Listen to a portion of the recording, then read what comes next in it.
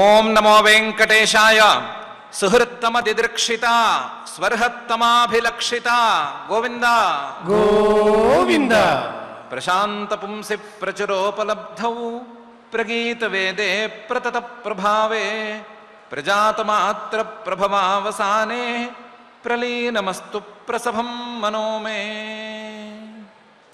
అని జగజ్జన్మస్థితిలయ కారణమైన శ్రీనివాస పరమాత్మని భక్తిగా ప్రార్థించుకుంటూ శ్రీ శుకుల వారు ఉపదేశం చేసిన శ్రీమద్భాగవత మహాగ్రంథం యొక్క అధ్యయన కార్యక్రమాన్ని ఈ సాయంకాల పూట మనం ప్రారంభించుకుందాము. ప్రారంభంలో ఆచార్యుల వారితో కలిసి ప్రార్థనా శ్లోకాలను పఠించుకుని ఈ కార్యక్రమానికి మంగళాచరణం చేసుకుందాము. ఓం నమో వెంకటేశాయ. శ్రీ గురు ప్రార్థనా. గురుర్బ్రహ్మా గురుర్విష్ణుః గురుర్దేవో మహేశ్వరః గురుః సాక్షాత్ పరం బ్రహ్మ తస్మై శ్రీ గురవే నమః. శ్రీనివాస ప్రార్థనా. వరాహాది శరీరాయ వరాభీతికరాయ చ వరాహాద్రినివాసాయ శ్రీనివాసాయ తే నమః. అథ సంకల్పః శ్రీమదాదివరాహ క్షేత్రే విరాజమానస్య నిత్యశుద్ధబుద్ధముక్తస్వభావస్య లీలాగృహీతవిగ్రహస్య శ్రీపద్మావతీ జానేః అనుగ్రహేణ అస్మాకం సర్వేషాం బుద్ధిశుద్ధ్యర్థం విద్యాభివృద్ధ్యర్థం భక్తి జ్ఞాన వైరాగ్యాది తదనుకూల సర్వసంపత్ సమృద్ధ్యర్థం శ్రీ పరమేశ్వర ప్రీత్యర్థం శ్రీమద్భాగవత పాఠం కరిష్యామహే. అస్య శ్రీమద్భాగవత స్తోత్ర మహామంత్రస్య నారద ఋషి బృహదీ ఛందః శ్రీకృష్ణ పరమాత్మా దేవత బ్రహ్మ బీజం భక్తి శక్తి జ్ఞాన వైరాగ్యే కీలకం అస్మాకం శ్రీమద్భగవత్ ప్రసాద సిద్ధ్యర్థే పాఠే వినియోగః ధ్యానం నారాయణాధ్వరవరాహ విహన్యమానం మిత్రాప్రసూత విదురాది విదర్శ్యమానం ద్వైపాయనాప్తశుక సంభృత ముఖ్య భాగం యజ్ఞాయ సంభరత భాగవతం ప్రకామం. శ్రీ గురుభ్యో నమః. సనకాది మునులు వైకుంఠాన్ని చేరారు. వైకుంఠానికి ఉండేటువంటి 7 ప్రాకారాలలో 6 ప్రాకారాలను దాటేశారు.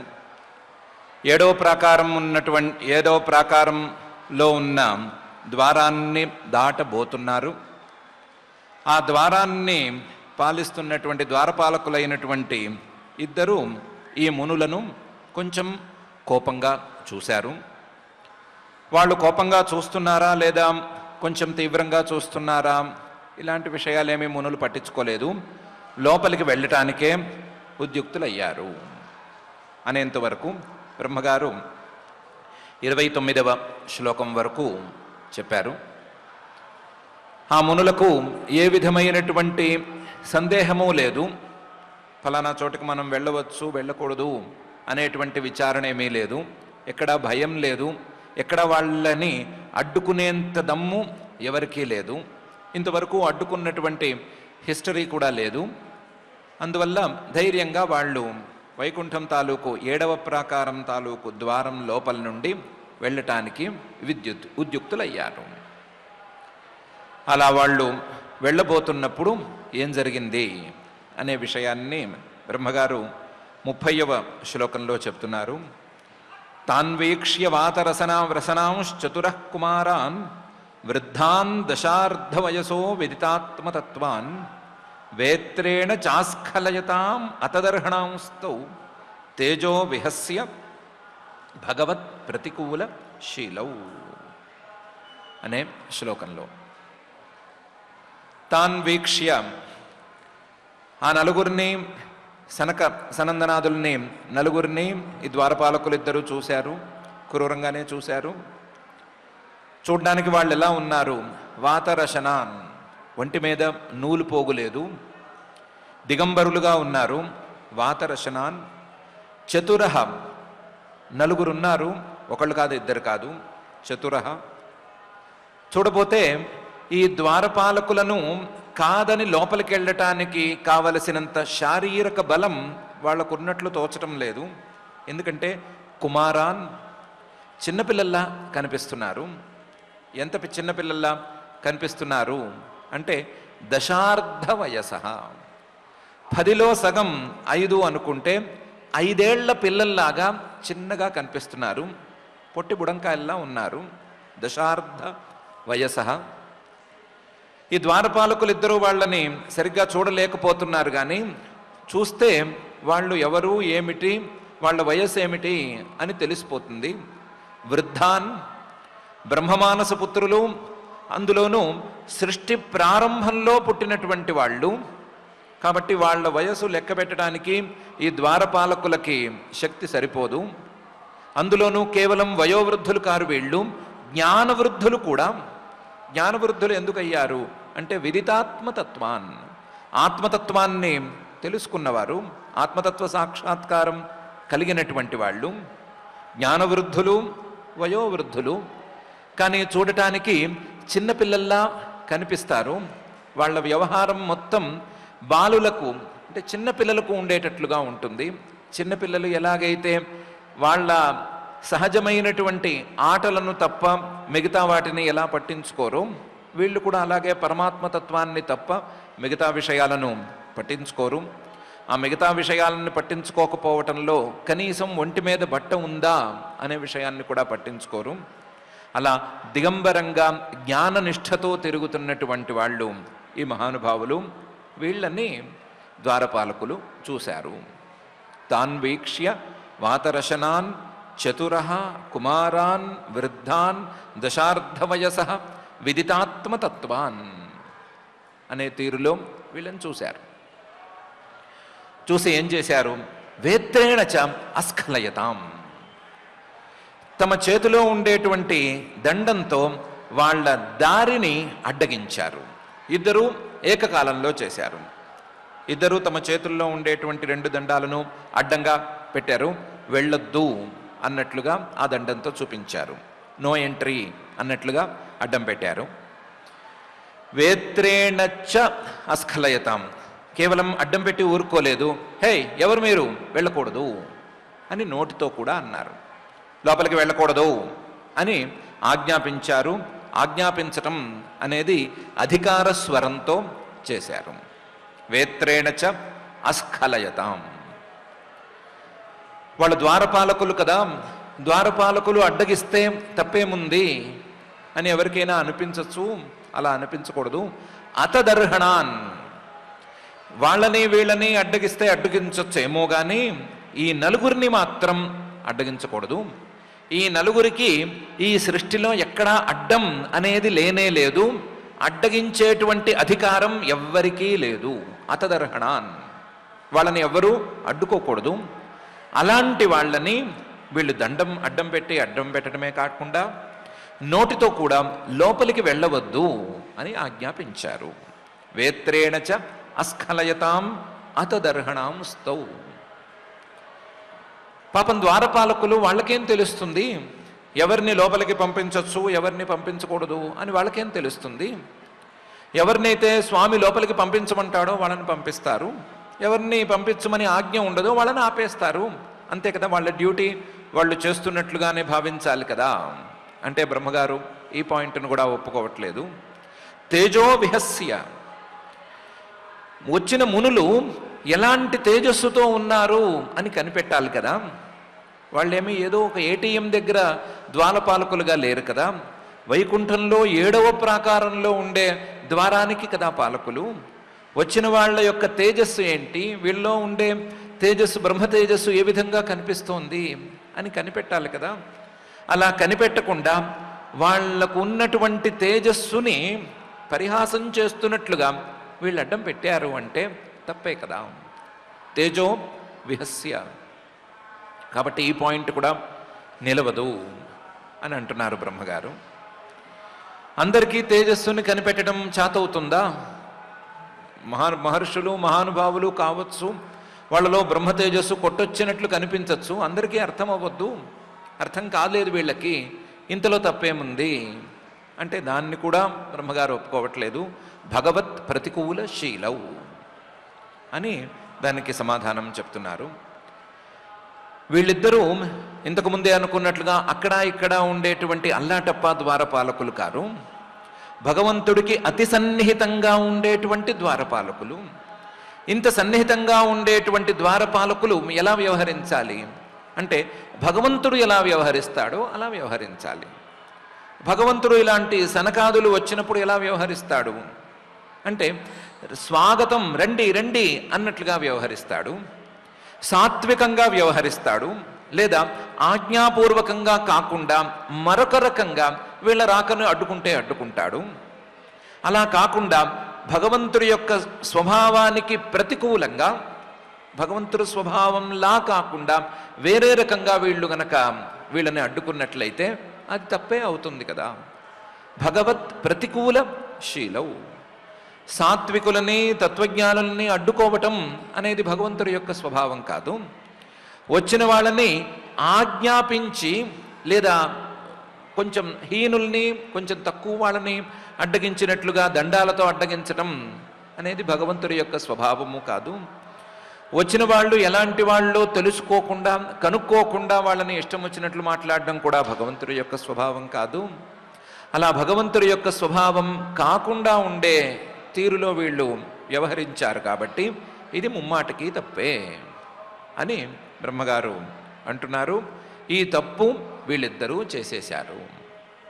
తాన్ వీక్ష్య వాతరసనాంశ్చతురః కుమారాన్ వృద్ధాన్ దశార్ధవయసో విదితాత్మతత్వాన్ వేత్రేణ చాస్ఖలయతాం మతదర్హణాంస్తౌ తేజో విహస్య భగవత్ ప్రతికూలశీలౌ అని బ్రహ్మగారు జయ విజయులు తప్పు చేసేశారు అని చెప్పేస్తున్నారు. ఇలా వీళ్ళిద్దరూ అడ్డుకున్న వెంటనే సనకాదులు ఏం చేశారు అంటే తాభ్యాం మిషత్స్వనిమిషేషు నిషిధ్యమానాః స్వర్హత్తమా హ్యపి హరే ప్రతిహారపాభ్యాం ఊచు సుహృత్తమ దిదృక్షభంగ ఈషత్ కామానుజేన సహసా త ఉపప్లుతాక్షాః అనే తీరులో కోపంగా సనకాదులు మాట్లాడారు అని బ్రహ్మగారు చెప్తున్నారు. కోపం అనేది సహజంగా వాళ్లకు రాదు, కానీ ఈ సందర్భంలో ఎందుకు వచ్చిందో కొద్దిగా కోపం వచ్చింది. ఆ కోపంతో వాళ్ళు మాట్లాడారు. కోపం ఎందుకు వచ్చింది అంటే తాభ్యాం మిషత్ స్వనిమిషేషు నిషిధ్యమానాః.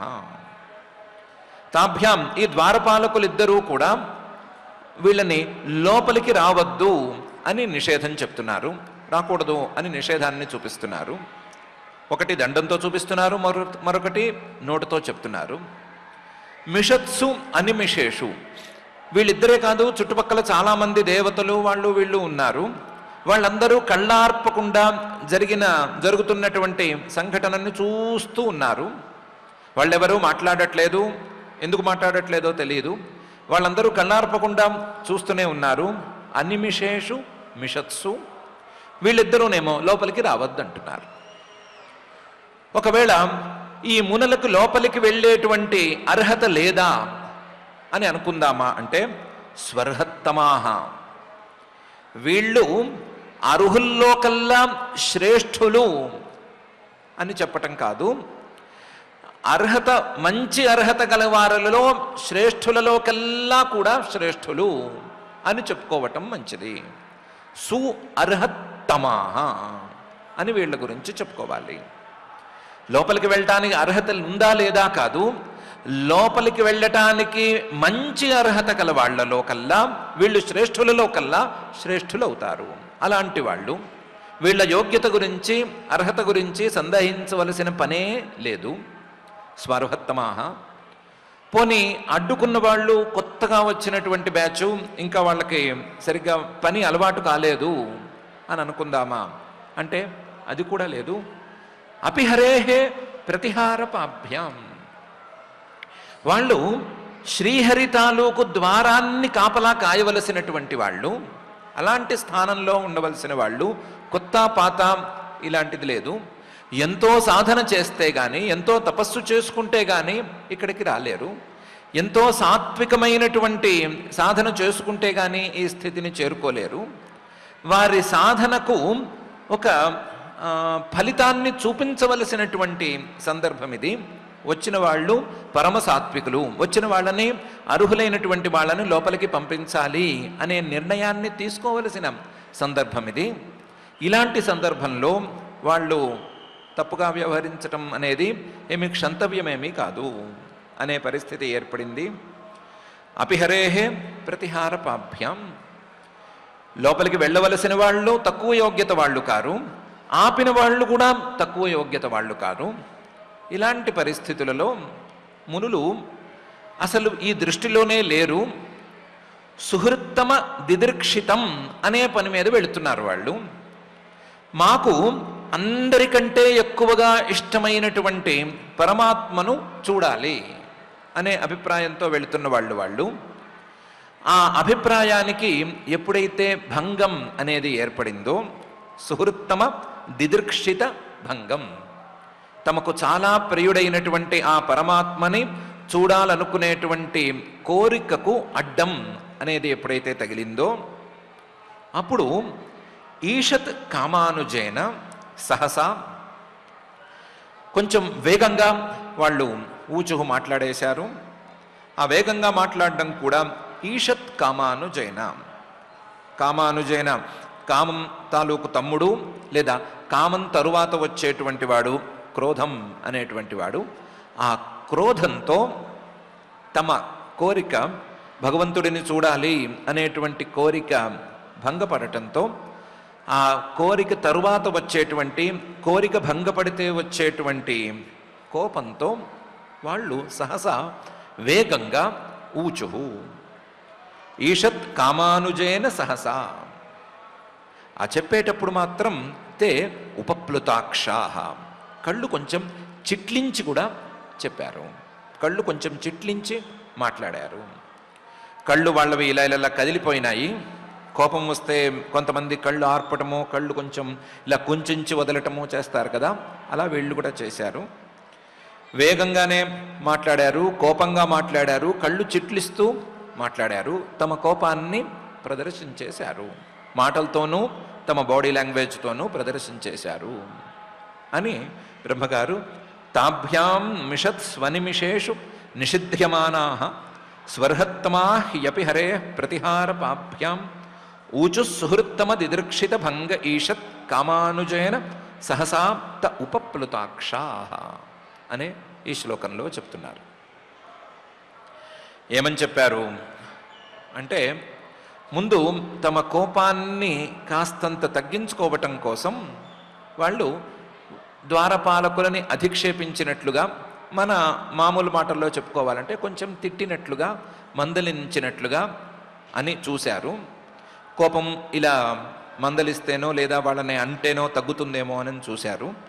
అలా చూడటానికి 2 శ్లోకాలు వాడుకున్నారు. మునయ ఊచు కోవామిహైత్య భగవత్ పరిచర్యయోచ్చైః తద్ధర్మిణాం నివసతాం విషమస్వభావః తస్మిన్ ప్రశాంత పురుషే గత విగ్రహే వాం కోవాత్మవత్ కుహకయో పరిశంకనీయ అని తమ కోపాన్ని ప్రశ్నల రూపంలో బయటపెట్టారు. ప్రశ్న వేయటం, ఆక్షేపించటం అనేటువంటి తీరులో కోపాన్ని బయటపెడుతూ మాట్లాడారు. ఏమని? అసలు ఇదేమి స్వభావం మీది? ఏం చేస్తున్నారు మీరు? మీరు ఎక్కడికొచ్చారు? ఎలాంటి చోటుకొచ్చారు? ఎలాంటి సాధన చేసుకుని ఈ చోటుకొచ్చారు అని చూసుకునే ఈ పని చేస్తున్నారా? ఇది ఉచ్చైహి, చాలా పెద్ద పై స్థాయిలో ఉండేటువంటి స్థానం ఉచ్చైహి. ఈ ఉచ్చైహి పై స్థాయికి చేరటానికి ఎంత పై స్థాయి సాధన చేసుకోవాలి అంటే ఉచ్చైహి భగవత్ పరిచర్యయ, చాలా పెద్ద స్థాయి భగవత్ సేవను చేసుకోవాలి. కింద లోకాలలో పై స్థాయిలో భగవత్ పరిచర్య రూపంగా తపస్సు చేసుకోవాలి. ఉచ్చైహి పరిచర్యయ భగవత్ పరిచర్యయ. ఇలాంటి ఉచ్చైహి భగవత్ పరిచర్యయ గనక చేసినట్లయితే ఇక్కడికి రావటం అనేది సంభవిస్తుంది, రావటం అనేది కుదురుతుంది. ఇహ ఏత్య, కానీ ఏత్య కూడా కాదు, మీరు ఇక్కడే నివాసం కూడా ఉంటున్నారు. రావటానికే ఇంత తపస్సు చేసుకోవాలి అంటే ఇక్కడే నివాసం ఉండటానికి ఇంకా ఎంత తపస్సు చేసుకోవాలి? ఉచ్చైహి భగవత్ పరిచర్యయా ఇహ ఏత్య నివసతాం. ఇంత స్థాయిలో సాధన చేసుకొచ్చిన వారు మీరు, ఇంత స్థాయిలో ఫలితాన్ని కూడా పొందినటువంటి వాళ్ళు మీరు ఎందుకు తద్ధర్మిణాం, భగవంతుడితో సమానమైనటువంటి ధర్మాలను కలిగి ఉండవలసినటువంటి వాళ్ళు మీరు, భగవంతుడితో సమానమైనటువంటి స్వభావం అంటే సమదృష్టి అనేటువంటి స్వభావం మీకు ఉండాలి. అలా ఉండవలసినటువంటి వాళ్ళు మీకెందుకు విషమ స్వభావ అనేది వచ్చింది? విషమ స్వభావం అంటే కొంతమంది లోపలికి వెళ్ళొచ్చు, కొంతమంది వెళ్ళకూడదు. ఆ వెళ్ళకూడని వాళ్ళలో ఇప్పుడు వచ్చినటువంటి నలుగురు ఉన్నారు, వెళ్ళవలసిన వాళ్ళలో ఎవరైనా వేరే వాళ్ళు ఉంటే ఉండవచ్చు అనేటువంటి విషమ స్వభావం అనేది మీకు ఎలా వచ్చింది అని కోపంగా అడిగారు. వాళ్ళ దగ్గర నుంచి సమాధానాన్ని ఆశించి అడగట్లేదు, ఆక్షేప రూపంగా ఈ ప్రశ్నను వేస్తున్నారు. కోమామిహైత్య భగవత్ పరిచర్యయోచ్చై తద్ధర్మిణాం నివసతాం విషమస్వభావ అని.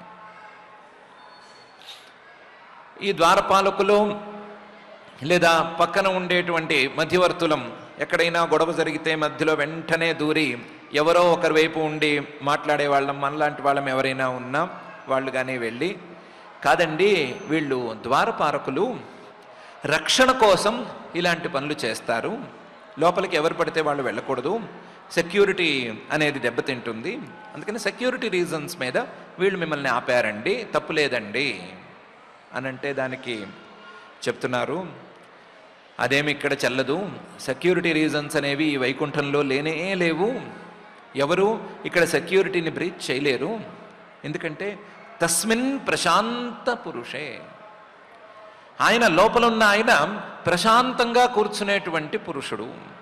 ఎలాంటి పురుషుడు? అందరిలోనూ ఉండేటువంటి పురుషుడు. అందరిలోనూ ఉన్నవాడే ఇక్కడ కూడా ఉన్నాడు, అది కూడా ప్రశాంతంగా కూర్చున్నాడు. ఎవరు లోపలికి వెళ్ళినా, ఎవరు బయటకు వచ్చినా, ఎవరు వెళ్ళినా ఎవరు వెళ్ళకపోయినా ఆయన మాత్రం ప్రశాంతంగానే ఉంటాడు. సెక్యూరిటీ అంటున్నారు మీరు, సెక్యూరిటీ అంటే ఏం చేస్తారు? ఎవరైనాను వెళ్ళి ఆయన శరీరానికి ఏమైనా హాని చేస్తారు, ఆయన ఏమైనా కొడతారనో లేకపోతే ఏమైనా ఆయుధం విసిరేస్తారనో ఏదో ఒకటి అనుకోవాలి కదా. అది జరగటానికి వీలే లేదు, ఎందుకంటే గత విగ్రహే, ఆయనకి శరీరం అనేదే లేదు. ఆయనకి శరీరమే లేనప్పుడు శరీరానికి ఏమైనా హాని జరుగుతుందేమో అనేటువంటి సందేహానికి కానీ ప్రశ్నకి కానీ ఆస్కారమే లేదు. ఇలా ఆస్కారం లేని సందర్భంలో మీకు ఈ సెక్యూరిటీ రీజన్ అనే మాట మాత్రం ఎందుకు కలిగింది? వాం కోవా కుహక పరిశంకనీయ. మీకు ఏదో సందేహం వచ్చింది కదా, అంటే ఎవరైనా లోపలికి మనకు తెలియకుండా లోపలికి వెళతారేమో, ఆయుధాలను ధరించి లోపలికి వెళ్తారేమో, ఆ శ్రీహరి మీద ఆయుధాలను విసిరేస్తారేమో అనే సందేహం కలిగింది కదా, ఆ శంక కలిగింది కదా. ఈ కుహకమైనటువంటి సందేహం మీకెందుకు కలిగింది? ఈ వంకర సందేహం అనేది మీకెందుకు కలిగింది?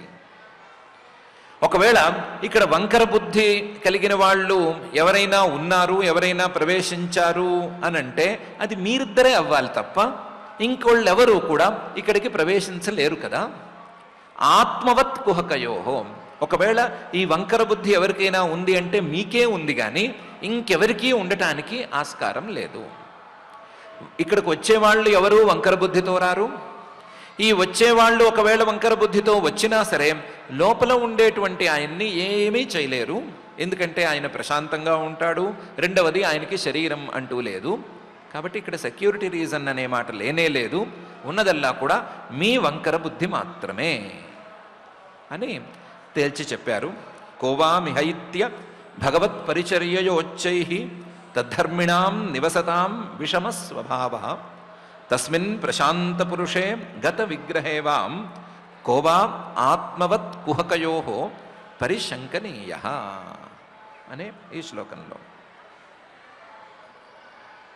ఇంకా కూడా కోపం చల్లారలేదు.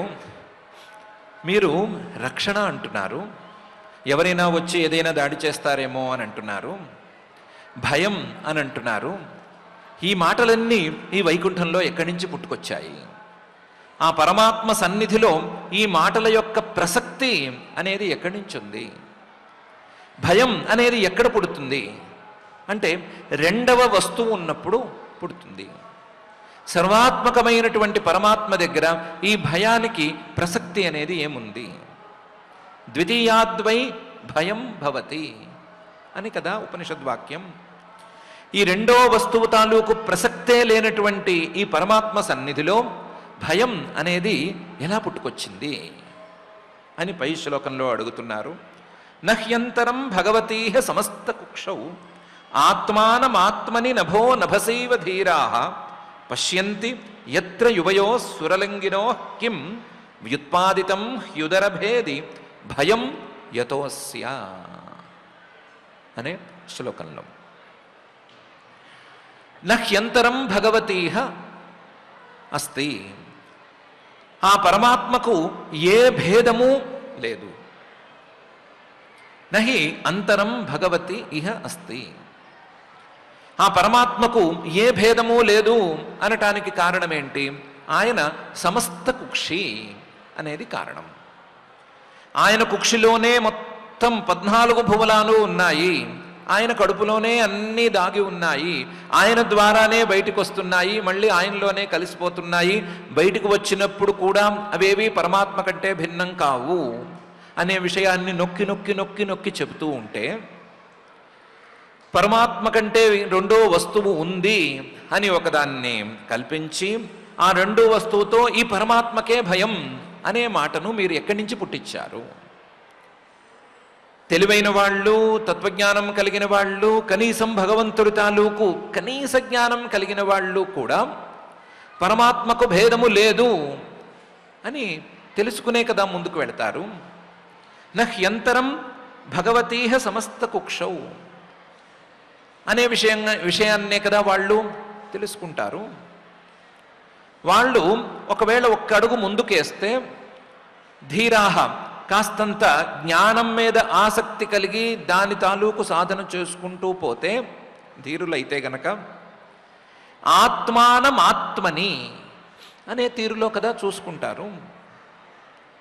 ఆ పరమాత్మలో తమను కూడా కలిపేసుకుని ఆ పరమాత్మకు ఏ భేదము లేదు అనే కదా తెలుసుకుంటారు. ఆత్మానం ఆత్మని ధీరాహ పశ్యంతి కదా.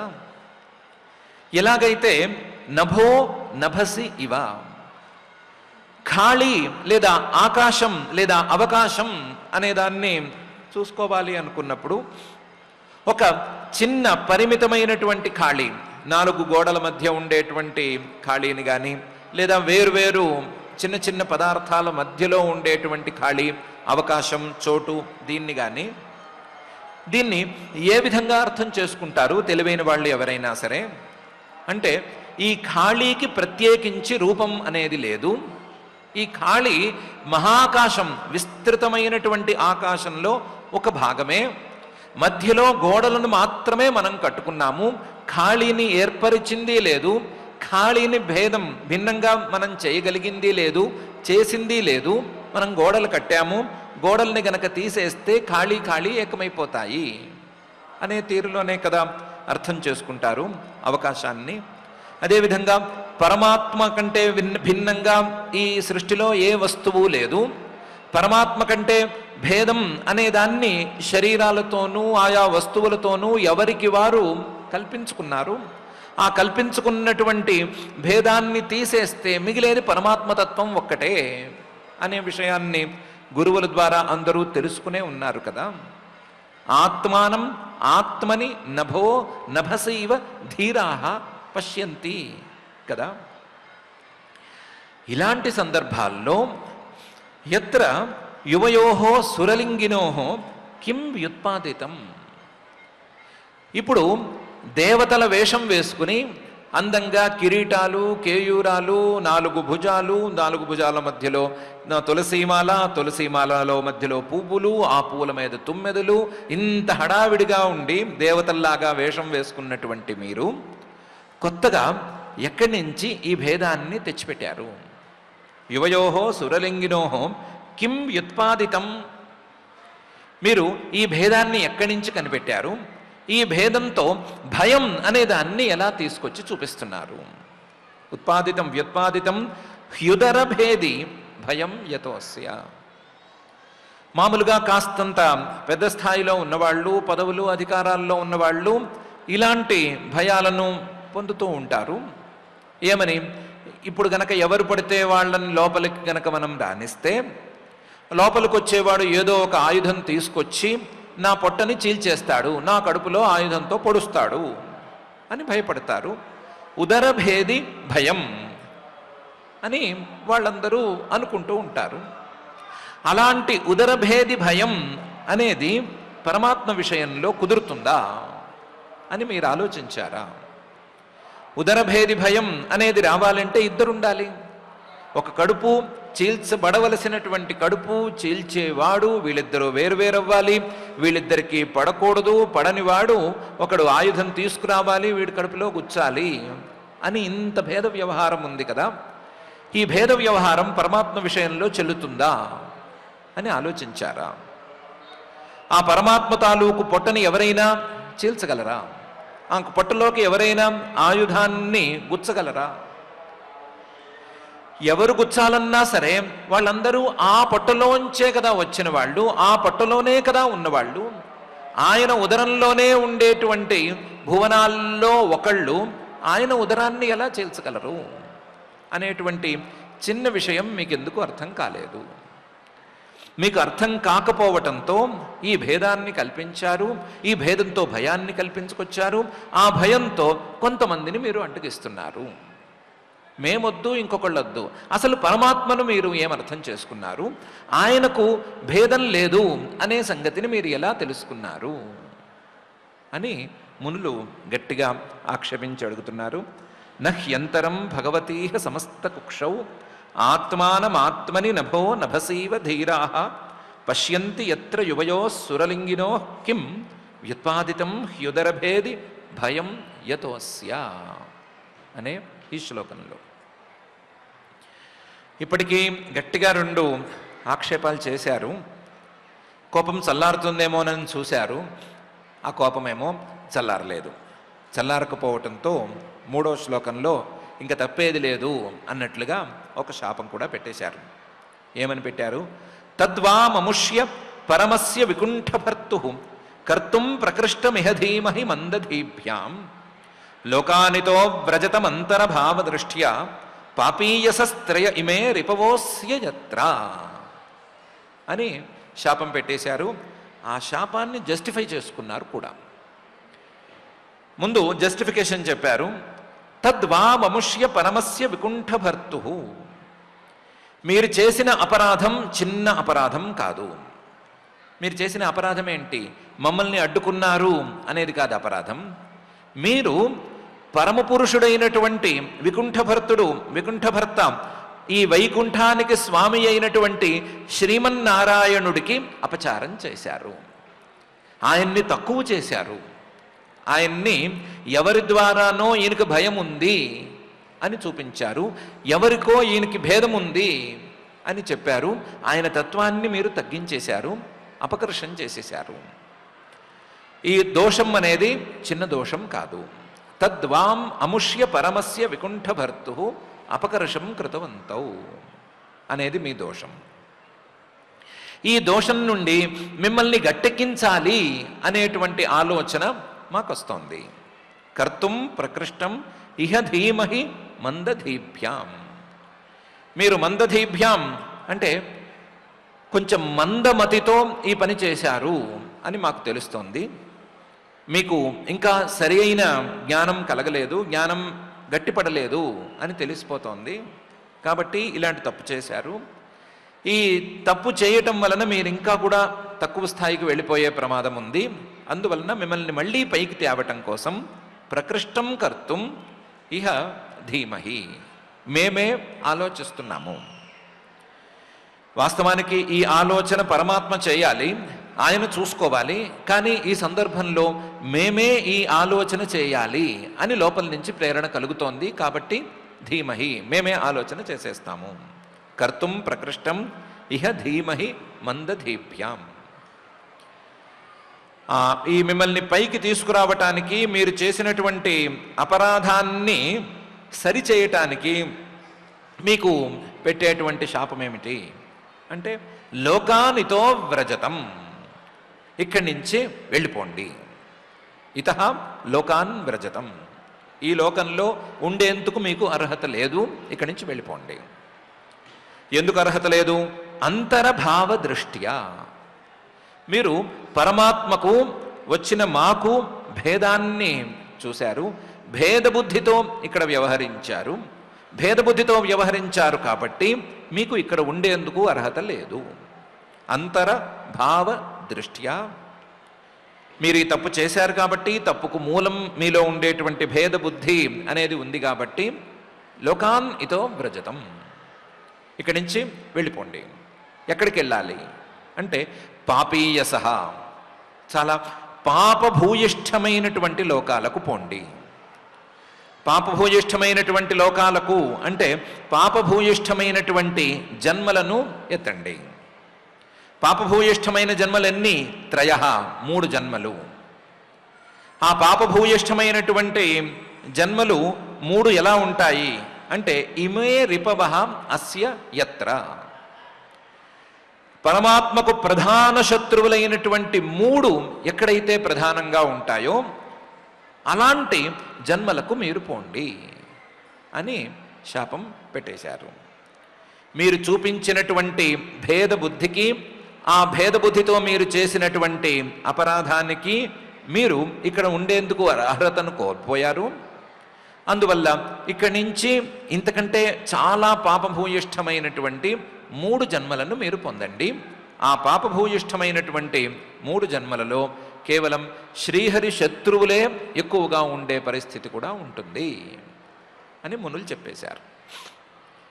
అందులోనూ ఇమే రిపవోస్య యత్ర 3 ఇమే రిపవోస్య యత్ర అని 3 శత్రువులు ఉండే చోట మీరు చేరండి అని చెప్పారు. ఆ 3 శత్రువులు ఎవరు అంటే కామ క్రోధ లోభాలు అనేటువంటి శత్రువులు. కామక్రోధ లోభాలు ఎక్కువగా ఉండేటువంటి రాక్షస జన్మలను మీరెత్తండి అని ఈ విధంగా మహర్షులు చెప్పేశారు. కామక్రోధ లోభాలే ప్రధానంగా ఇక మీద మీరు జీవించండి అని అనేశారు. కామక్రోధ లోభాలు ప్రధానంగా ఉండేటువంటి జన్మలు మాత్రమే కాదు, 3 జన్మలు. 3 జన్మలలో 3 రకాల గుణాలు ఉండేవారి మధ్య మీరు జీవించండి. ఒక జన్మ దైత్యుల జన్మ. ఆ దైత్యుల జన్మలో ఆ గుణాలు ప్రధానంగా శ్రీహరి శత్రువులు ఎక్కువగా ఉండేటువంటి వాళ్లే చేరేటువంటి జన్మలలో ఉండే గుణాలనే అనుభవించండి. 2వ జన్మ రాక్షస జన్మ. ఈ రాక్షస జన్మలో శ్రీహరి శత్రువులు ఎక్కువగా ఉంటే ఏ గుణాలు లబ్బుతాయో ఆ గుణాలనే అనుభవించండి. 3వ జన్మ రాజజన్మ, ఆ రాజజన్మలో కూడా శ్రీహరి శత్రువులు ఎక్కువగా ఉంటే ఏ గుణాలు లబ్బుతాయో ఆ గుణాలను అనుభవించండి అని చూపించారు. మొత్తం మీద 3 జన్మలు, 3 జన్మలలోనూ అవేమి మంచి జన్మలు కాదు, పాపీయ అంటే పాపభూయిష్టమైనటువంటి జన్మలు. పాపభూయిష్టమైన జన్మలలో కూడా కామక్రోధ లోపాలు ఎక్కువగా ఉండేటువంటి జన్మలు, శ్రీహరి శత్రువులతో సహవాసం చేసేటువంటి జన్మలు, ఇలాంటి జన్మలే మీకు అందుగాక అని మహర్షులు శాపం పెట్టేశారు.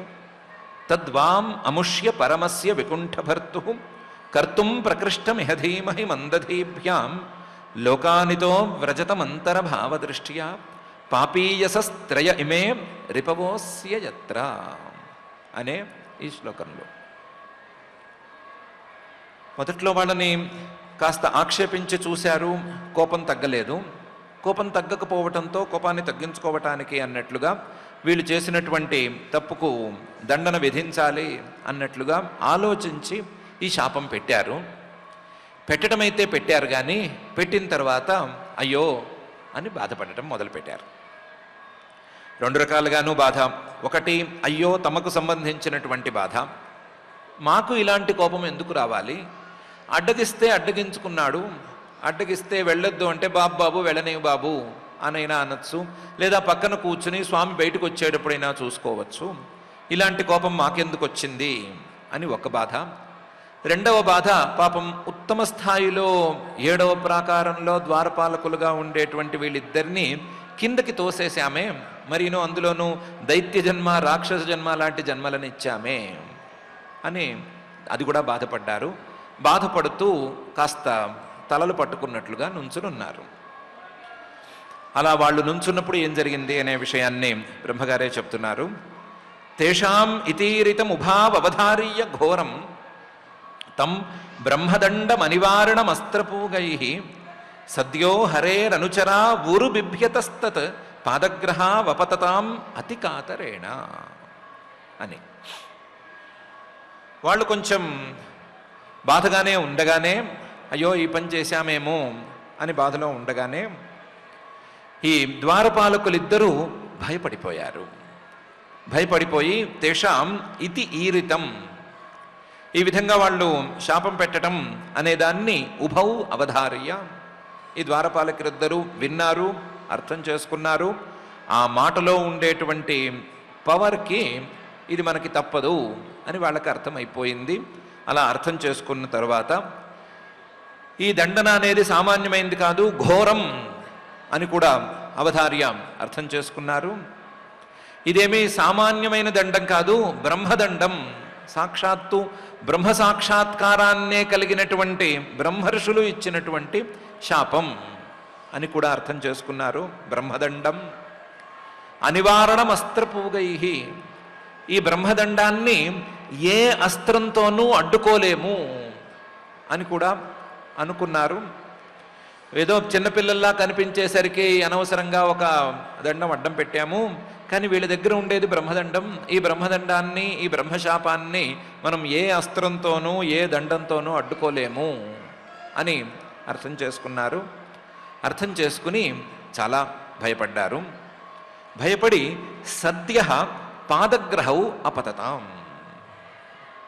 సద్య వెంటనే ఆ మునుల కాళ్ల మీద పడిపోయారు. కాళ్ళు పట్టుకోవటానికి కింద పడిపోయారు. పాదగ్రహౌ అపతతాం, పడేటప్పుడు ఎలా పడ్డారు, అతి కాతరేణ, చాలా భయంగా పడ్డారు, చాలా భయపడ్డారు. భయంతో కాళ్ళ మీద కూడా పడ్డారు. కానీ ఆశ్చర్యం, వీళ్ళిద్దరూ కింద పడేందుకు అవకాశం లేదు, ఎందుకంటే చాలా పెద్ద స్థాయిలో ఉన్నారు. హరికి అనుచరులు వీరు. ఆ హరేరనుచరు శ్రీహరి తాలూకు అనుచరులైనా సరే వీళ్ళు భయపడ్డారు, భయపడి కింద కూడా పడ్డారు. అంతకంటే పెద్ద ఆశ్చర్యం ఏమిటి అంటే, ఈ అనుచరులు, ఈ ద్వారపాలకులు ఎంత భయపడ్డారో అంతకు మించి చాలా హెచ్చు స్థాయిలో లోపల ఉండేటువంటి స్వామి భయపడ్డాడు. బ్రహ్మర్షులకు కోపం వచ్చేస్తోంది, ఇదెక్కడిది అని ఆయన భయపడ్డాడు. బ్రహ్మర్షులకు కోపం వచ్చి పొరపాటున వీళ్ళు ఏమైనా శాపం పెడితే నీకు నీ యజమానికి కలిపి ఈ శాపం అనే మాట అంటే ఆ శాపాన్ని నిజం చేసుకోవలసిన బాధ్యత మళ్ళీ ఆయన నెత్తి మీదే పడిపోతుంది. అలా వీళ్ళకు కోపం రావటం ఏమిటి అని లోపల ఉండే స్వామి కూడా భయపడ్డాడు. హరేరనుచరౌ ఉరుబిభ్యత, వీళ్ళిద్దరికంటే కూడా, ద్వారపాలకులిద్దరికంటే కూడా లోపల ఉండేటువంటి శ్రీహరే చాలా ఎక్కువ భయపడ్డాడు. అలా యజమాని అనుచరులు ఇద్దరూ కూడా భయంతోనే ఉన్నారు. యజమాని ఎక్కువ భయపడ్డాడు, వీళ్ళిద్దరూ తక్కువ భయపడ్డా సరే వెంటనే కాళ్ళ మీద పడ్డారు అని బ్రహ్మగారు తేషాం ఇతీరితముభావ అవధార్య ఘోరం తం బ్రహ్మదండమనివారణమస్త్రపూగై సద్యో హరేరనుచరా ఊరు బిభ్యతస్తత్ పాదగ్రహ వపతతాం అతి కాతరేణ అనే ఈ శ్లోకంలో చెప్పారు. వీళ్ళు కాళ్ళ మీద పడింది కానీ, వీళ్ళు భయపడుతున్న విషయం కానీ మునులేం పట్టించుకోలేదు. వాళ్ళు మాత్రం తమ బాధలోనే తామున్నారు. అయ్యో ఇంత పని చేశాము, మనకు కోపం రావటం ఏంటి, కోపం రాకూడదు కదా. రెండోది, వీళ్ళ మీద ఇంత శాపం పెట్టాము, ఈ శాపాన్ని తిప్పే శక్తి ఎవరికీ లేదు కదా అని వాళ్ళు తమ బాధలో ఉన్నారు. తమ బాధలో ఉండేటువంటి వాళ్ళని ఈ కాళ్ళు పట్టుకున్నటువంటి ద్వారపాలకులిద్దరూ లేచి చూశారు. చూసి అయ్యా మీరేం బాధపడకండి అని అనటం మొదలుపెట్టారు. ఏమని? భూయాదఘోని భగవద్భిరకారి దండ యోనౌ హరేత సురహేళనమప్యశేషం మావోనుతాపకలయా భగవత్ స్మృతిఘ్న మోహో భవేదిహతునౌ వ్రజతో రథోధ అని అన్నారు. అయ్యా మీరు మాకేదో దండన విధించారు, మాకేదో శాపం పెట్టారు, భూయాత్ అది అట్లాగే ఉండని, తప్పేం లేదు. ఎందుకంటే భూయాత్ అఘోని, మేమేమో తప్పు చేశాము, తప్పు చేసిన వాళ్ళు మేము కాబట్టి భగవద్భిరకారి దండ, మీరు మాలాంటి వాళ్ళని దండించేంత సామర్థ్యం ఉన్నవాళ్ళు కాబట్టి మీరు మమ్మల్ని దండించారు. మీరు భగవంతులు సమర్థులు కాబట్టి భగవద్భి అకారి దండ, మీరు మమ్మల్ని దండించారు. దండించిన మేము తప్పు లేని వాళ్ళం కాము, తప్పు చేశాము. అఘోని అకారి దండ, ఈ దండం ఇలాగే ఉండని ఏమీ ఇబ్బంది లేదు, దీనివల్ల మాకు లాభమే కలుగుతుంది. ఎందుకు? యోనౌ హరేత సురహేళనమప్యశేషం. సురహేళనం అంటే పెద్ద స్థాయిలో ఉండేటువంటి తత్వజ్ఞానులు ఇలాంటి వాళ్ళని హేళన చేయటం, వాళ్ళు వెళ్ళేటువంటి దారిని అడ్డుకోవటం, లేదా వాళ్ళని వెళ్ళొద్దు అని ఆజ్ఞాపించటం అనేది చాలా చాలా పెద్ద తప్పు. ఆ తప్పు తాలూకు దోషాన్ని ఈ దండన అనేది శోధించేసేస్తుంది. ఎలా? అశేషం, నిశేషంగా ఆ తప్పును తీసేస్తుంది. సురహేళనం అశేషం హరేతన, దానివల్ల మాకు వచ్చే ఇబ్బంది ఏమీ లేదు. మీరు బాధపడుతున్నారు, బాధపడటం అనేది మా విషయంలోనైతే వద్దు. ఒకవేళ బాధపడే మాట అయితే మావో అనుతాప కలయ, మీకు మా మీద ఏదో కాస్తంత జాలి కలిగినటువంటి మాటే అయితే, మా మీద జాలి కలిగితే ఆ జాలి కూడా రవ్వంత, అనుతాప కలయ రవ్వంత జాలి గనక కలిగితే ఆ జాలిని ఇలా చూపించండి. ఏమని? భగవత్ స్మృతిఘ్న మోహ న భవేత్. మాకు కింద పాపీయ అంటే పాపభూయిష్టమైనటువంటి జన్మలను మీరు విధించారు కదా, ఆ పాపభూయిష్టమైనటువంటి జన్మలలో మాకు మోహం అనేది తప్పనిసరి కదా, వ్యామోహం లేదా భ్రమలు ఇలాంటివి తప్పనిసరివి కదా. ఆ భ్రమలు ఉన్నప్పుడు ఆ భ్రమలలో పడి కొట్టుకుపోతూ మేము భగవంతుణ్ణి మరవటం అనేది జరగకూడదు అని అనుగ్రహించండి చాలు. భగవత్ స్మృతిఘ్న మోహ న భవేత్. భగవంతుడి తాలూకు స్మృతిని అడ్డగించే, స్మృతి రాకుండా చేసేటువంటి మోహం కలగకూడదు. మోహం కలగని తప్పేమీ లేదు, కానీ ఆ మోహంలోనైనా సరే భగవంతుడి స్మృతి మాకు నిరంతరం సాగుతూ ఉండేటట్లుగా అనుగ్రహించండి.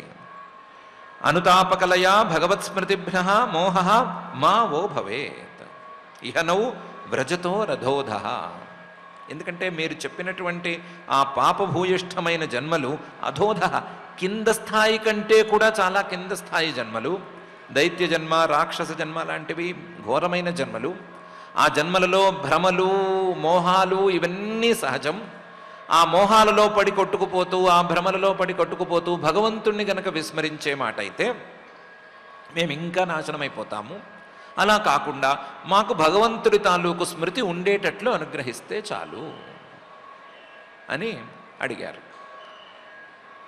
ఏమయ్యా ఇదేం మాట, రాక్షస జన్మను ఒప్పేసుకున్నారు, ఆ రాక్షస జన్మలో ఉండే మోహాలు ఇవన్నీ ఒప్పేసుకున్నారు, ఆ రాక్షస జన్మలో మోహాలు భ్రమలు ఇవన్నీ తిరుగుతూ ఉండగా భగవంతుడి స్మరణ అంటే ఏమి స్మరణ వస్తుంది? భగవంతుడిని తిట్టుకోవటమే కదా మిగులుతుంది అని అంటే, తిట్టుకున్నా చాలు, భగవంతుడిని తిట్టుకుంటూ భగవంతుడిని ద్వేషిస్తూ ఆయన లేడంటూ, ఆయన్ని కాదంటూ, ఆయన్ని పొడి చేస్తామంటూ, ఏదో పిప్పి చేస్తామంటూ తిరుగుతున్నా పర్వాలేదు, భగవంతుడు భగవంతుడు భగవంతుడు అని నోటితో అంటే చాలు అని ద్వారపాలకులిద్దరూ అడిగారు. అడిగి మీరు తప్పేమీ చేయలేదు, తప్పు చేసింది మేము, మీరు మాకు శాపం పెట్టలేదు, అపకారం చేయలేదు, మీరు మాకు ఉపకారం చేశారు, మేము చేసుకున్నటువంటి దోషానికి ప్రక్షాళన కలిగేట్లు మీరు చక్కగా మాకు దారి చూపించారు, కానీ ఆ దారిలో భగవంతుణ్ణి స్మరించుకోవటం అనేట్లు ఉండేటట్లుగా మమ్మల్ని అనుగ్రహిస్తే చాలు అని అడిగారు. భూయాదఘో అని భగవద్భిరకారి దండ యోనౌ హరేత సురహేళనమప్యశేషం మావోనుతాపకలయా భగవత్ స్మృతిఘ్న మోహో భవేదిహతునౌ వ్రజతో రథోధ అనే ఈ శ్లోకంలో. బయట ఇంత రచ్చ జరుగుతోంది కదా, లోపల కూర్చున్నటువంటి స్వామి ఏం చేస్తున్నాడు అంటే, ఇంతవరకు కాస్తంత ల్యాగ్ ఇచ్చి వీళ్ళు అడ్డుకునేటప్పుడు, మహర్షులు వాళ్ళని ఆక్షేపించేటప్పుడు, మహర్షులు వాళ్ళని శపించేటప్పుడు, మహర్షులు శపించిన తర్వాత వీళ్ళు కాళ్ళ మీద పడేటప్పుడు, అలాగే మాకు భగవత్ స్మృతి కలగాలి అని అనుగ్రహించండి అని అడిగేటప్పుడు ఆగి మొత్తం చివరికి వస్తూ ఉండగా హడావిడిగా లోపల నుంచి బయటకు వచ్చాడు అని బ్రహ్మగారు. ఏవం తదైవ భగవాన్ అరవిందనాభ స్వానాం విబుధ్య సదతిక్రమ మారీయ హృదయ తస్మిన్ యయౌ పరమహంస మహామునీనాం అన్వేషణీయ చరణౌ చలయన్ సహశ్రీ అని బ్రహ్మగారు ఈ శ్లోకంలో స్వామి చేసినటువంటి పని చెప్తున్నారు. ఏవం ఇలా ఇంత జరుగుతూ ఉంటే తదైవ అప్పుడే మొత్తం వృత్తాంతం అంతా పూర్తి అయిపోతూ ఉన్నప్పుడు తదైవ భగవాన్ లోపల ఉండేటువంటి పూజనీయుడు అరవిందనాభ పద్మాన్ని తన బొడ్డులోంచి పుట్టించి, ఆ పద్మంలో బ్రహ్మగారిని పుట్టించి, ఆ బ్రహ్మగారి ద్వారా ఈ విశ్వాన్ని సృష్టి చేసినటువంటి ఆ పద్మనాభుడు స్వానాం విబుధ్య సదతిక్రమం, తన ద్వారపాలకులు సదతిక్రమం పూజనీయులైనటువంటి మహానుభావులను పూజించకుండా అడ్డగించారు అనే విషయాన్ని అర్థం చేసుకుని, ఆర్య హృదయ సత్పురుషులందరికీ కూడా మనోజ్ఞంగా వ్యవహరించేటువంటి ఆ స్వామి తస్మిన్ యయౌ ఆ క్షణంలో, అంతవరకు ఆగి ఆ క్షణంలో బయలుదేరాడు. ఆ క్షణంలో ఎక్కడికి బయలుదేరాడు? లోపల నుంచి బయటికి బయలుదేరాడు. లోపల ఉన్నాడు, లోపల నుంచి ఈ ద్వారపాలకులు ఉండేటువంటి ద్వారానికి బయలుదేరాడు, వచ్చాడు కూడాను. తస్మిన్ యయౌ ఎందుకు బయలుదేరాడు? పరమహంస మహామునీనాం అన్వేషణీయ చరణౌ చలయన్, ఆ పరమహంసలు నిరంతరం సంచారం చేస్తూ పరమాత్మనే సాక్షాత్కారం చేసుకోవడానికి ప్రయత్నం చేసేటువంటి ఆ మహామునులు నిరంతరం నా యొక్క పాదార విందాలనే అన్వేషిస్తున్నారు. వాళ్ళకి ఒకసారి నా పాదాలు చూపించేస్తే సరిపోతుంది కదా, వాళ్ళకి లేట్ అయిపోతుంది కదా అనే ఉద్దేశంతో బయలుదేరాడు. పరమహంస మహామునీనాం అన్వేషణీయ చరణవు, ఆ పాదాలను వాళ్ళకి చూపించాలంటే ఏం చేయాలి అంటే నడుచుకుంటూనే బయలుదేరాలి అని లోపల నుంచి బయటికి నడుచుకుంటూ వచ్చేశాడు.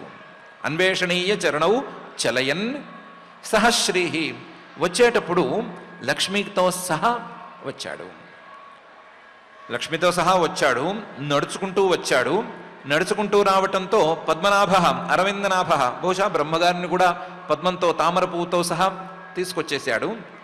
తీసుకొచ్చి నడుచుకుంటూ ఈ క్షణంలో శాపం చివరి దశలో ఉన్నటువంటి క్షణంలో ద్వారం దగ్గరకి చేరాడు అని బ్రహ్మగారు ఏవం తదైవ భగవాన్ అరవిందనాభ స్వానాం విబుధ్య సదతిక్రమం ఆర్య హృదయ తస్మిన్ యయౌ పరమహంస మహామునీనాం అన్వేషణీయ చరణౌ చలయన్ సహశ్రీ అనే శ్లోకంలో చెప్తున్నారు. తర్వాత ఏం జరిగింది అనే సంగతి సులభంగానే తెలుస్తుంది. ఇప్పటికీ ఏం జరిగింది అనే విషయాన్ని జాగ్రత్తగా గమనించుకోవాలి. మహానుభావులైన వాళ్ళని అడ్డగించటం అనేది మహానేరం అనే విషయం ఒకటి. ఆ మహానుభావులైనటువంటి వాళ్ళు ఎప్పుడైనా సరే శాపాలను ఇవ్వటం అనేది గనక జరిగితే ఆ శాపం అనేది కేవలం తప్పు చేసిన వాళ్ళ యొక్క దోషాన్ని సరిపుచ్చటానికి మాత్రమే, అంతే తప్ప వేరే అభిప్రాయంతో ద్వేషంతో కాదు అనేటువంటి ప్రధానమైన విషయం ఒకటి అర్థం చేసుకోవాలి. ఈ విషయం శాపాన్ని పొందినటువంటి ఆ ద్వారపాలకులకే అర్థమైపోతే మనం అర్థం చేసుకోకుండా వీళ్ళకి ఏదో ద్వేషం ఉంది అనో ఇంకోటి ఉందో అని అనుకోవటంలో అర్థమేముండదు. అది మరొక ప్రధానమైనటువంటి విషయం.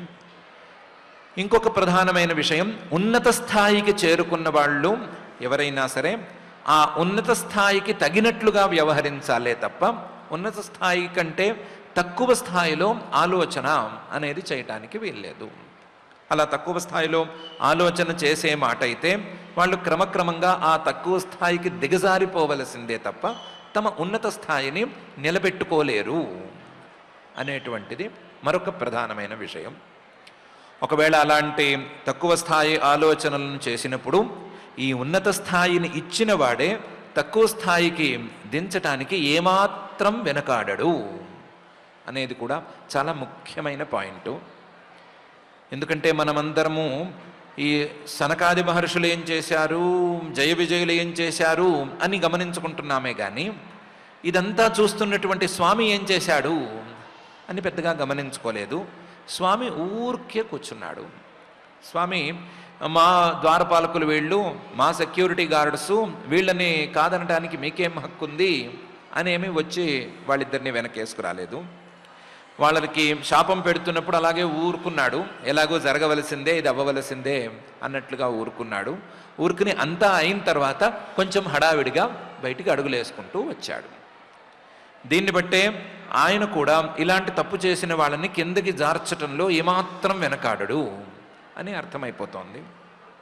కాబట్టి మనం ఏ స్థాయిలో ఉన్నాం, ఉన్నత స్థాయిలో ఉన్నాం, అక్కడి నుంచి తక్కువ స్థాయికి రాకుండా ఉండటానికి మన వ్యవహార శైలి ఎంత సాత్వికంగా ఉండాలి అనే విషయాన్ని గమనించుకోవలసినటువంటి సందర్భం ఇది. ఆ సందర్భాన్ని మనం గట్టిగా గమనించుకుంటూ ఉందాం. గమనించుకుంటూ సాత్వికమైనటువంటి వ్యవహార శైలిని ఎలా మనం అలవరుచుకోవచ్చు అనే విషయం మీద ఆలోచన చేసుకుందాం, ప్రయాస పడదాం. సాత్వికమైన వ్యవహార శైలిని పెంచుకుంటూ ఉన్నత స్థాయికి ఎదుగుతూ మనం కూడా ఆ పరమాత్మ సన్నిధి అనేటువంటి అత్యున్నత స్థాయిని చేరుకోవటానికి ప్రయత్నం చేసుకుందాం. ఆ ప్రయత్నాన్ని సఫలం చేయవలసిందిగా ఆ జగజ్జన్మ స్థితిలయ కారణమైనటువంటి శ్రీనివాస పరమాత్మని భక్తిగా ప్రార్థన చేసుకుందాం. ఆ ప్రార్థనతో ఈరోజుకి పారాయణ కార్యక్రమాన్ని ప్రారంభించుకుందాం. పారాయణ కార్యక్రమానికి వెళ్లే ముందు ఒక చిన్న ప్రకటన. రేపు 23వ తారీఖు, ఈ నెల డిసెంబర్ నెల 23వ తారీఖు గీతా జయంతి. ఆ రోజే ముక్కోటి ఏకాదశి కూడా పడింది. ఆ సందర్భంగా శ్రీ వెంకటేశ్వర భక్తి ఛానల్ మాధ్యమంగా నాద నీరాజన వేదిక మీద మధ్యాహ్నం 12 గంటల నుండి భగవద్గీత అఖండ పారాయణం నడవబోతోంది. అలాగే ప్రసారం కూడా చేయబడబోతోంది. కాబట్టి ఆ భగవద్గీత అఖండ పారాయణంలో అందరూ పాల్గొని వాళ్ళ సౌకర్యానుసారం లేదా వాళ్ళ శక్తి అనుసారం అందులో పాల్గొని అందరూ కృతార్థులు కావలసింది అనేటువంటి ప్రకటన. ఆ ప్రకటన జాగ్రత్తగా చూసుకుని ఇప్పుడు పారాయణ కార్యక్రమాన్ని ప్రారంభించుకుందాం.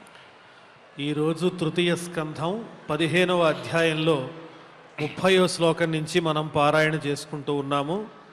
अथ अथ श्रीमद्भागवते पारमहंस्यां संहितायां तृतीयस्कन्धे पञ्चदशाध्याये श्लोकाः तान् वीक्ष्य वातरशनांश्चतुरः कुमारान्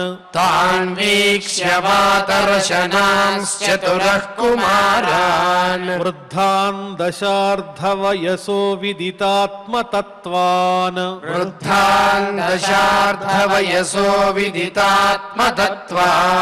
वेत्रेण चास्खलयतामतदर्हणांस्तौ तेजो विहस्य भगवत्प्रतिकूलशीलौ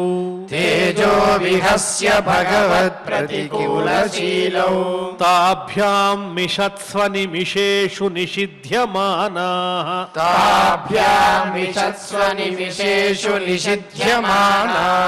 स्वर्हत्तमा ह्यपि हरेः प्रतिहारपाभ्याम्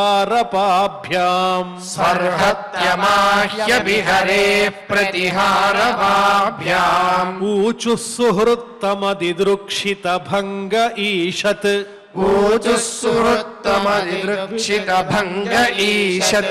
कामानुजेन सहसात उपप्लुताक्षाः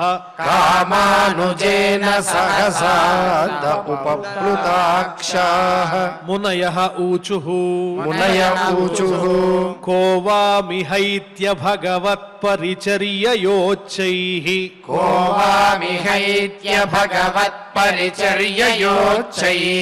तद्धर्मिणां निवसतां विषमस्वभावः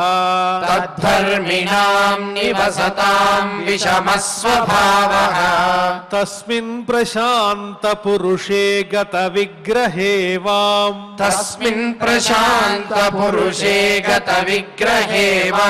को वात्मवत् कुहकयोः परिशङ्कनीयः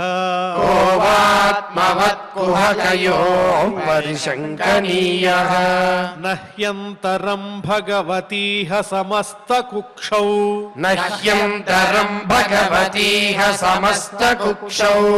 आत्मानमात्मनि नभो नभसैव धीराः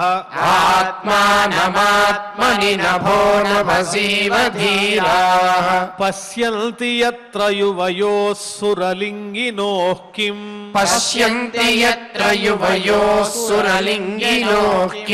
व्युत्पादितं ह्युदरभेदि भयं यतोऽस्य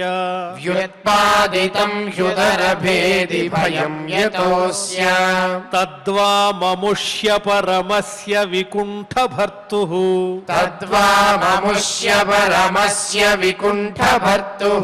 कर्तुं प्रकृष्टमिह धीमहि मन्दधीभ्याम्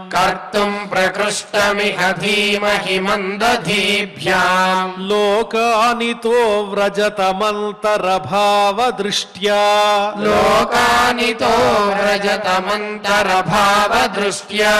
पापीयसस्त्रय इमे रिपवोऽस्य यत्र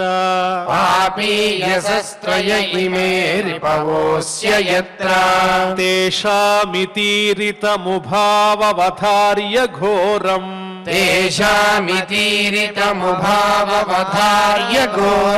तं ब्रह्मदण्डमनिवारणमस्त्रपूगैः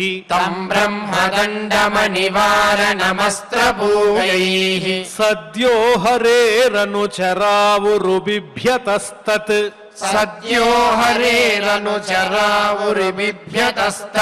पादग्रहावपततामतिकातरेण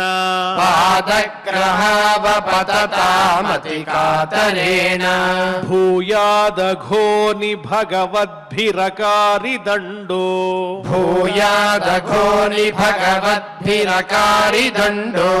यो नौ हरेत सुरहेलनमप्यशेषम् योनौ हरेत सुरहेलनमप्यशेषम् मावोनुतापकलया भगवत्स्मृतिघ्नो मावोनुतापकलया भगवत्स्मृतिघ्नो मोहो भवेदिह तु नौ व्रजतो रथोधः मोहो भवेदिह तु नौ व्रजतो रथोधः एवं तदैव भगवान् रविन्दनाभः एवं तदैव भगवान् रविन्दनाभः स्वानां विबुध्य सदतिक्रममार्य हृद्यः स्वानां विबुध्य सदतिक्रममार्य हृद्यः तस्मिन् ययौ परमहंस महामुनीनाम् तस्मिन् ययौ परमहंस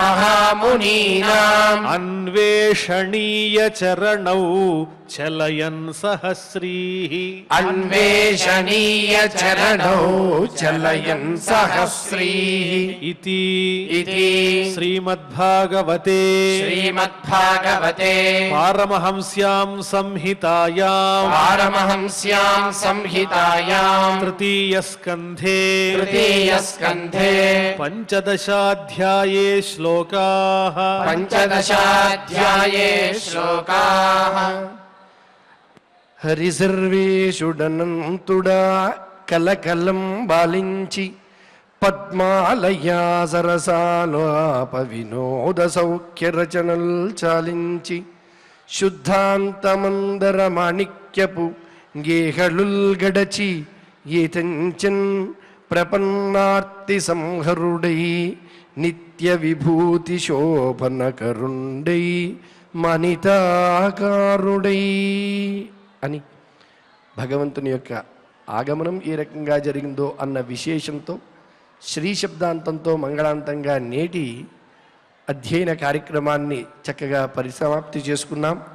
నిరంతరము మంగళకరంగా మన అధ్యయనం కొనసాగాలి అని, అదేవిధంగా భాగవతాంతర్గత విశేషాలన్నీ కూడా మనకు తెలిసి ఆ భాగవత అమృత రసాస్వాదన మనకి ఎప్పుడూ కూడా అందాలని కలియుగ ప్రత్యక్ష దైవమైన దేవదేవుణ్ణి చక్కగా ప్రార్థిస్తూ యథాప్రకారం క్షమాప్రార్థన దగ్గర నుంచి మంగళాంతం వరకు పఠించుకుని మంగళాంతంగా పరిసమాప్తిని పలుకుదాం.